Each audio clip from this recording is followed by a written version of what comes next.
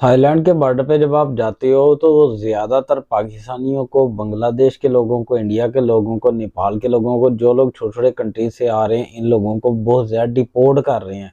वो क्यों डिपोर्ट कर रहे हैं? असल में बात ये है कि जब से कोरोना आया हुआ है, कोरोना के बाद जो सिचुएशन है इकोनॉमी की सारे मुल्कों में तकरीबन डाउन है, आप सबको पता है। तो अब क्या करते हैं हम जैसे लोग आते हैं बॉर्डर के ऊपर, यहाँ से हमने कनेक्शन किया हुआ था अपने एजेंट के साथ, हम थाईलैंड के अंदर एंटर कर देते हैं। एंट्री होने के बाद वो कनेक्शन करते हैं अपने एजेंट से। एजेंट्स क्या करता है, आपको इनलीगल एंट्री करा देता है मलेशिया के अंदर। आप मलेशिया के अंदर चल जाते हो, ना कोई रिकॉर्ड होता है थाईलैंड के अंदर आपने एंट्री के एग्जिट किया हुआ है कि नहीं, यानी कि थाईलैंड से निकलने का कोई रिकॉर्ड नहीं होता और मलेशिया में एंट्री का भी कोई रिकॉर्ड नहीं होता। एजेंट क्या करता है, आपसे पासपोर्ट ले लेता है, आपकी सहूलत के लिए, आपकी दिल के इत्मीनान के लिए, आपको मुतमिन करने के लिए आपके पासपोर्ट के ऊपर स्टैंप लगा देता है। वो कह देता है ये देखें जी सबकी एंट्री हो गई है, ये आपकी लीगल एंट्री है, लिहाजा आप मलेशिया के अंदर लीगल जा रहे हैं। वो लीगल एंट्री नहीं होती जब तक आप इमिग्रेशन में जाके अपनी उंगलियां लगवा के फिंगर लगवाते हैं, फिंगर करवाते हैं, इमिग्रेशन कंप्लीट करते हैं, वो लीगल एंट्री होती है। इसके अलावा कोई लीगल एंट्री नहीं होती है मलेशिया के अंदर आपने एंट्री की हुई है। यहाँ पे ये एजेंट फ्रॉड करता है आपके साथ, ये चीज क्लियर हो गई। और दूसरी बात ये है कि वो एजेंट आपको वो पानी के रास्ते, यानी कि वो समंदर के रास्ते भी हो सकता है, नदी के रास्ते भी हो सकता है, जंगल के रास्ते भी हो सकता है, मलेशिया के अंदर एंट्री करा देता है।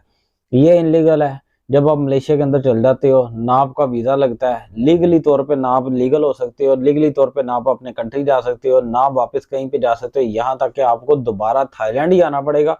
और किस तरह आना पड़ता है ये आपको ढूंढना ही पड़ेगा, इसका तरीकाकार क्या है कि जैसे आए हैं वैसे आना पड़ेगा और फिर वहां से फिर थाईलैंड से अपने कंट्री जाना पड़ेगा।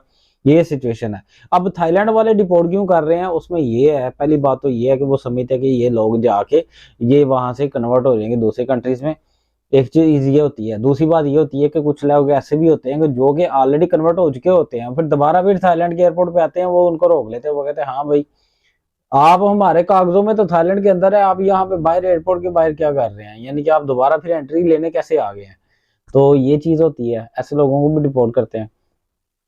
और उसके बाद एक और चीज होती है, अगर आपके पास डॉक्यूमेंटेशन में मसला, मिसाल के तौर पे ये है कि सबसे पहले तो चीज मैं आपको बताता हूँ, कॉन्फिडेंस के साथ उन जाए, आपको जुबान आनी चाहिए।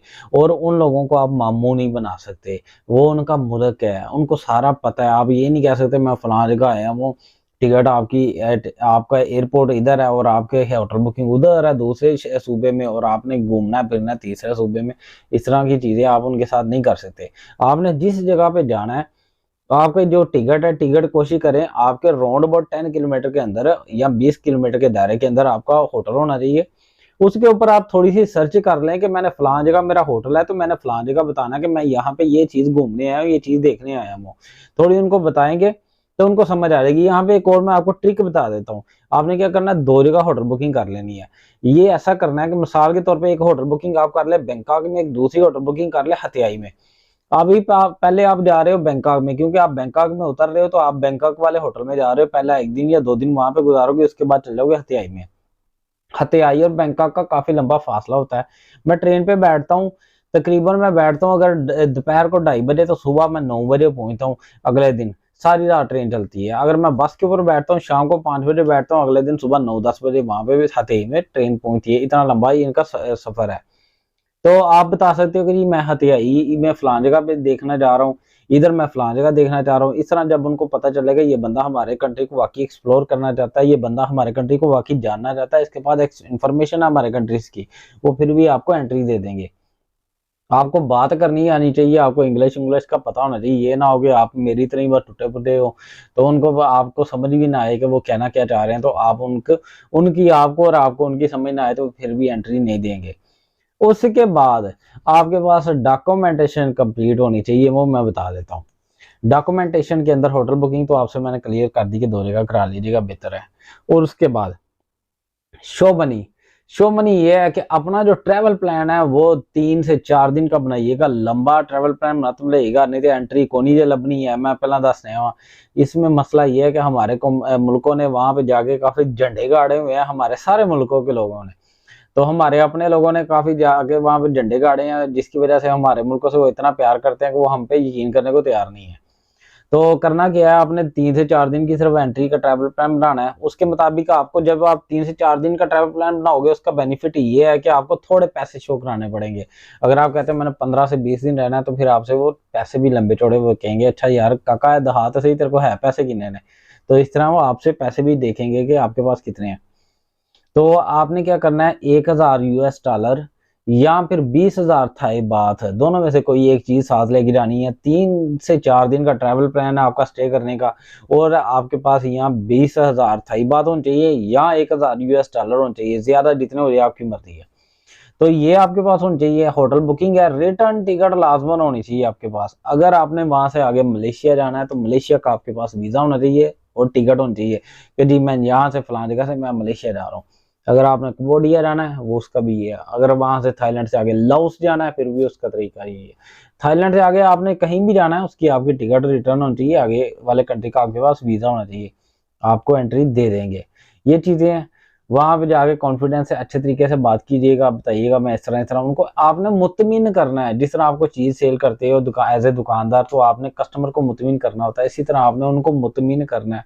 बताइएगा मैं ये चीज आए, ये चीज घूमना चाह रहा हूँ। मैं एक और चीज बता दूं, थाईलैंड वाले ये प्रमोट करते हैं टूरिज्म को, यानी कि ये इस चीज को बढ़ाते हैं कि जी टूरिस्ट आए हमारे कंट्रीज में, आए खर्चा पानी करें, हमारे कंट्रीज को बेनिफिट होगा, हमारे मुल्क को बेनिफिट होगा। इसलिए वो कोशिश करेंगे कि आपके पास कोई ना कोई ऐसी शिक हो गई, यार मैं फलां चीज करने आया हूँ, फलां चीज देखने आया हूँ, अथेंटिक बंदा लगे, आपको जरूर वो एंट्री दे देंगे। वो डिपोर्ट करने बैठे नहीं हुए वहां पे, वो एंट्री देने ही बैठे हुए हैं। मगर लीगल बंदे को, मैंने पहले वाली बात बताई थी कि इन लोगों को आप मामू नहीं बना सकते, इन लोगों को आप बेवकूफ़ नहीं बना सकते। आप इनको बताइएगा मैं फलां फलां काम करने आया, फलां चीज़ ये है, तो फलां चीज़ ये है मेरे पास, आपको एंट्री दे देंगे। और इसके साथ एक और मैं आपको टिप बता देता हूँ, कोशिश कीजिएगा आप हतियाई एयरपोर्ट के ऊपर चल रहे हैं। उसमें बेनिफिट ये होता है कि उसमें जो बैंकॉक एयरपोर्ट है, वहाँ पे ज़्यादा प्रोफेशनल लोग बैठे होते हैं, वो ज़्यादा वो आपके पास वो यानी कि वो ज़्यादा समझदार हैं इस वक्त, है उनकी ज़्यादा ट्रेनिंग हो चुकी हुई है।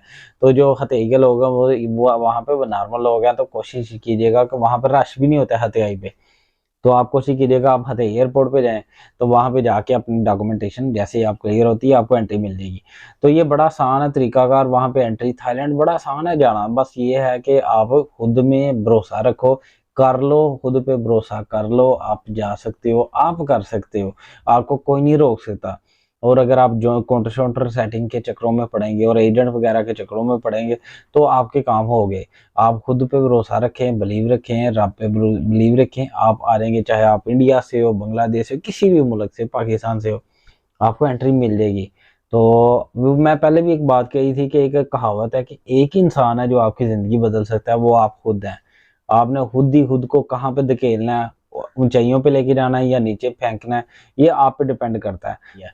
तो ये थी आज की वीडियो अच्छी लगी है तो लाइक कीजिएगा, चैनल को अगर सब्सक्राइब नहीं किया हुआ तो वो कर दें, आपकी मर्जी है, अगर कर देते हैं तो ये घंटी का बटन है, उसे क्लिक कर दें। नेक्स्ट मैं आपको क्लियर करूंगा कि अगर आप थाईलैंड के अंदर इनलीगल हो तो आप किस तरह ओवर स्टे हो गए हो, तो किस तरह आप अपनी कंट्री जा सकते हो, और फाइन कितना कितना किस किस तरह पे करना है, और कैसे आपने एक ही दिन फाइन पे करना है और साथ ही टिकट लेके जाना है, और साथ ही आप अपने कंट्री चल जाओगे। किसी किस्म की जेल या किसी किस्म की टेंशन नहीं लेनी पड़ेगी आपको।